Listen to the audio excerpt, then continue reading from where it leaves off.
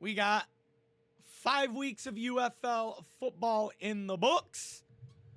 And we got an upset alert, ladies and gents. That's right. Let's get right fucking into this.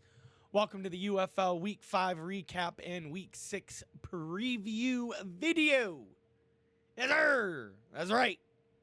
We're going to preview some football. What the fuck? Showboats beat the Stallions 24-20. What? We gotta look at the numbers of that here real quick. Let's see if I can pull up the box score here real quick. What went on here? Take a look at the offense. How was the quarterbacks? Case Cookis. 2 touchdowns, 1 pick, 45.5% completion, 145 yards. He went 15 for 33, so yeah, he didn't do too bad.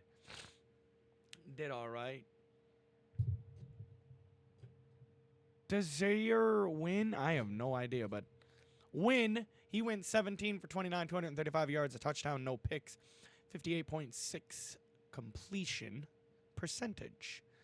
On the ground for both teams, let's see.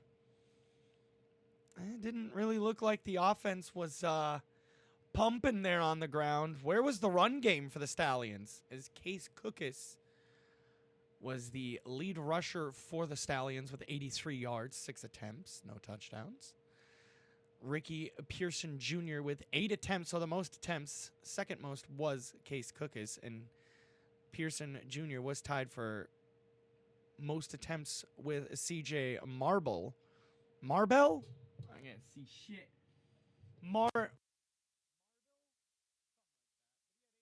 For 24 little measly yards, no tutties, and his longest was 5, and he averaged 3.0 yards per carry. Again, what is the run game in this league? But I am pleased to announce the leading rusher and the leading man in attempts for the most rushing attempts is a running back for the Memphis Showboats, Dietrich Prince. I could be wrong, correct me, but he had the most yards total out of all 3 rushers for the Showboats with 60 yards, no touchdowns, and only 5 yards average per carry. Yikes. Again, what is the run game in this league? How about the defense here? Yeah, the defense for the Stallions just could not get a single sack. While PJ Hall for the Showboats managed to get a sack. We have Green May also picking up a sack here, and Nasir Player. I am butchering these fucking names, but he also got a sack. So it looks like, looking at the numbers here, if you're looking at things statistically, breaking it down and looking at it, honestly, it just wasn't really looking like things were going the Stallions' way. Looking at the scoreline here, first quarter already 11-0 Showboats. Second quarter, Showboats tack on to their lead, although the Stallions get a field goal. Second half, I mean, Memphis almost choked. Nice voice crack though. But I mean, at the end of the day, they held in, beat the Stallions. It's just, it didn't seem like the Stallions were clicking this game. But moving on here, the Michigan Panthers, if I'm not mistaken. Oh, okay. Both the top teams in the USFL division lost. And I believe the Battlehawks, yeah, that's huge for the Battlehawks. And the chase for the XFL conference as the Battlehawks take care of the second-seeded Michigan Panthers 27-32 in the USFL conference, because we'll get to the standings here in a little bit. Defenders squeak by the Renegades 37-33. Luis Perez with a touchdown and a pick, 268 yards. Jordan Tiamu. Bro fucking balled out. All right? Tiamu was a beast this game. 3 touchdowns, a pick, and 308 yard, bro. Why isn't Tiamu in the league as a backup at least? And finally, the Brahmas versus the Renegades. The first game, I do believe, without destroying. And, well, the Brahmas couldn't do shit other than make a field goal in the third quarter. And that was their only points as the Roughnecks take care of the San Antonio Brahmas, 27-3. So, moving on now to next week, week 6. And then we will take a look at the standings. But, let's see. We got the Renegades and the Battlehawks. That should be an interesting one. Again, let's do a little fun thing here. Let's do a little playoff picture type thing here because, again, we are nearing the end of the season and the playoff picture is starting to come into play as we reach the halfway point of the UFL season here in week 5. But Renegades Battlehawks, right? This is going to be fucking huge. Both teams are coming in at 3-2 right now in the XFL conference. Let's throw the XFL standings up on the screen real quick. Why not? Do something a little different today. Try something different. Why not? You know, it's good to mix it up. But as you can see, as of right now, the Battlehawks and Renegades are both coming in there at 3-2. The Brahmas, I'm sorry, y'all are hopeless. Y'all are hopeless. It's done. Hang it up. That one win is all the wins y'all are going to see. Rip Brahmas. But in terms of this XFL conference division title, I'm going to say it. It's still up for grabs despite both the Renegades and the Battlehawks being a game back. Right? You got the Defenders up there at 4-1, holding on to that division lead by a single game. And then you got the Renegades and the Battlehawks at 3-2. So, this matchup is going to be huge in terms of, you know, clinching the XFL conference. Again, as of right now, the Defenders do lead the conference by a single game. But I would say going down the stretch, this may or may not play a factor in deciding the XFL conference. This game right here. The Renegades and the Battlehawks. But we'll see. We will have to see. Moving on here to the May 3rd game between the Showboats and the Roughnecks. Let's take a look at the standings here real quick. Again, Showboats and Roughnecks. This is the USFL conference. We'll take a look at those standings real quick.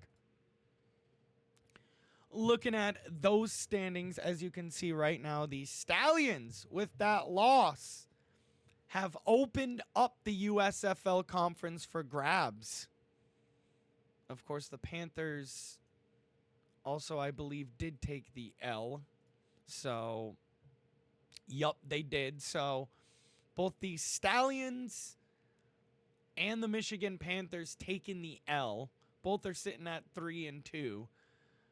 I'm going to say it. It's... Memphis may have a chance. I mean, that was a huge game against the Stallions. Again, I'm not going to lie. That was huge. And did that keep them in contention? Maybe. They still got quite a ways away to go. Again, they got to play the Roughnecks. And the Roughnecks, as you can see, they're another team that's in the hunt as well. As you can see, they're coming in at 2-3, and the Showboats are coming in at 1-4. But yes, this matchup right here, Roughnecks Showboats, does play a huge important part and keeping Memphis in the hunt for the playoffs and even possibly the division. Oh, I'm so conference, damn it, conference. I gotta realize they don't got divisions yet. Conference, damn it, the USFL conference. Ugh, I'm so used to saying divisions. But I would say the Showboats have a tiny little chance at claiming the conference, but making the playoffs again. Like I said, this game against the Houston Roughnecks is going to be fucking huge. And I'm going to even say it. It may or may not play a huge part in which direction their season goes. Because again, with the Stallions and the Panthers both losing, that opens up the door for the Roughnecks to possibly squeak back in contention for that USFL conference title. It's also going to take a Michigan Panthers loss, which they play the DC Defenders. That will be May 4th, 2025 at 12 p.m. That's going to be a huge one. Defenders versus the Michigan Panthers, the number one team in the league at 4-1. DC Defenders versus the second place Michigan Panthers. Again, that USFL conference is wide open. It's for the taking right now. Again, if the Roughnecks win and the Defenders can manage to beat the Panthers, right? And of course, looking at it, Stallions play the Brahmas, so there's a good chance Birmingham could rebound back and win that. But then that would mean Michigan would have to beat the DC Defenders. Oh, excuse me. Nice push, though. But if the Michigan Panthers can beat the DC Defenders, looking at the XFL conference standings, right now, again, you've got the Arlington Renegades and the St. Louis Battlehawks one game behind you, right? So, again, this isn't going to be an easy game for Jordan Tiamu and the DC Defenders because, again, I'm saying again a lot. But looking at the standings in both conferences, both teams are fighting for that top spot. The Defenders are fighting to keep the top spot in the conference. And while the Panthers, again, are hoping the Brahmas can pull through and help them out there. And if the Panthers can pull off the upset against the Defenders, then maybe, just maybe, the Panthers have a shot at that USFL conference titles and can knock I'm leaving that in. And can knock out the defending USFL conference champion Birmingham Stallions and 3-time defending champions. Birmingham got a lot on stake. A lot at stake, I should say, but they play the Brahmas. I feel like that should be an easy, winnable rebound back game. That should be a refresh game. Because, again, San Antonio's been booty. Let's face it. The Brahmas have been booty. You know? Their team can't score, and they pretty much have the worst defense in the league. If you're looking at points for and points against. I just don't see this team making noise. And I honestly see the Stallions winning this one. So, it's getting close. It's getting tight here towards the end of the UFL season. But it's going to be some good football. Hopefully, teams start to turn it up because it's getting good. It's getting good. But ladies and gents, boys and girls, I hope you all enjoyed this video. The season's starting to heat up. It's the midway point. Teams are looking to get in, so let's see. But I hope you guys enjoyed, and I'll see y'all in the next one. Peace.